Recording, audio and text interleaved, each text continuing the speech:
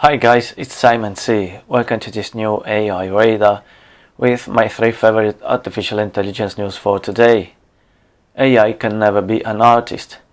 Shifting away from the alchemy phase of AI research.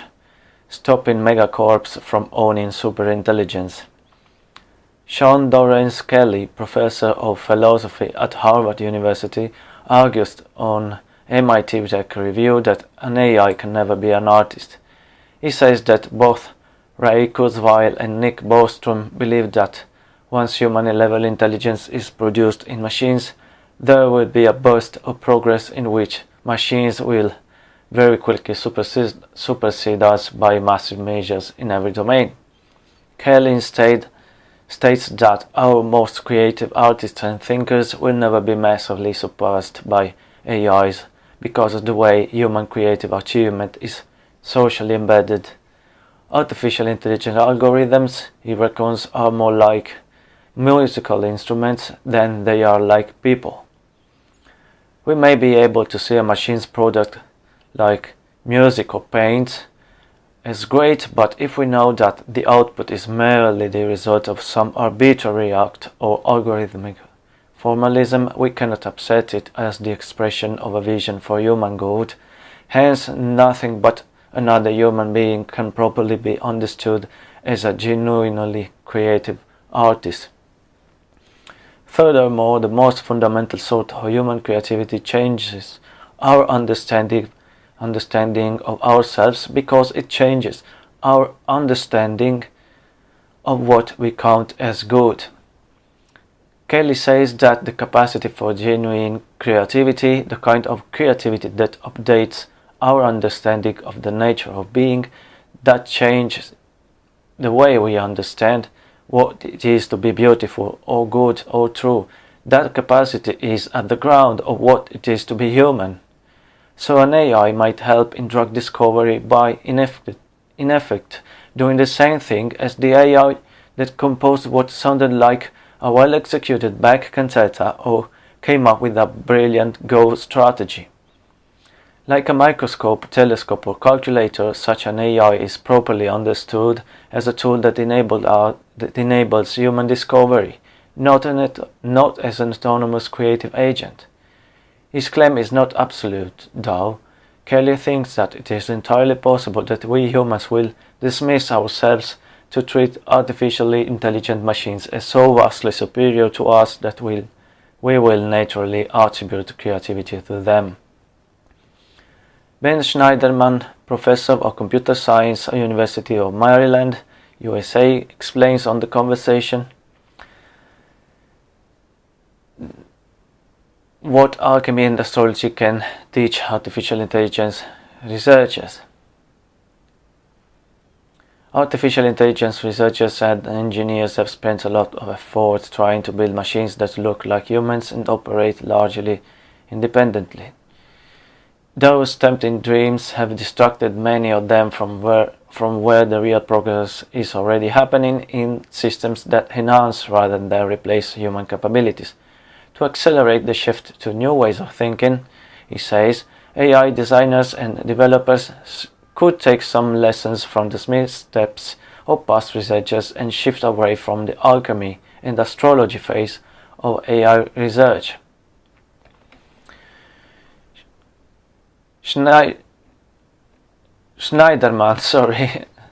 says that as alchemy and astrology evolved, the participants became more deliberate and organized, what might now be called more scientific about their studies.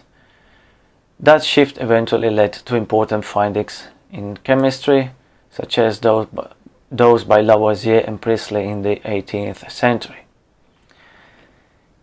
In astronomy, Kepler and Newton himself made a significant findings in the 17th and 18th centuries. A similar turning point is coming for artificial intelligence, states Schneiderman.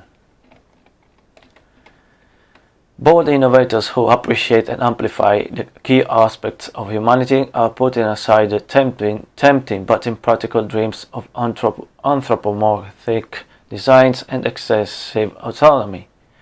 They focus on systems that restore, rely on, and expand human control and responsibility by building widely successful applications that people love to use. Down-to-earth, user-centered designs for e-commerce sites, social media, and smartphone apps have been wild successes, reckons Schneiderman. There is good reason that Amazon, Apple, Facebook, Google, and Microsoft are some of the world's biggest companies. They all use more functional, if less glamorous types of AI.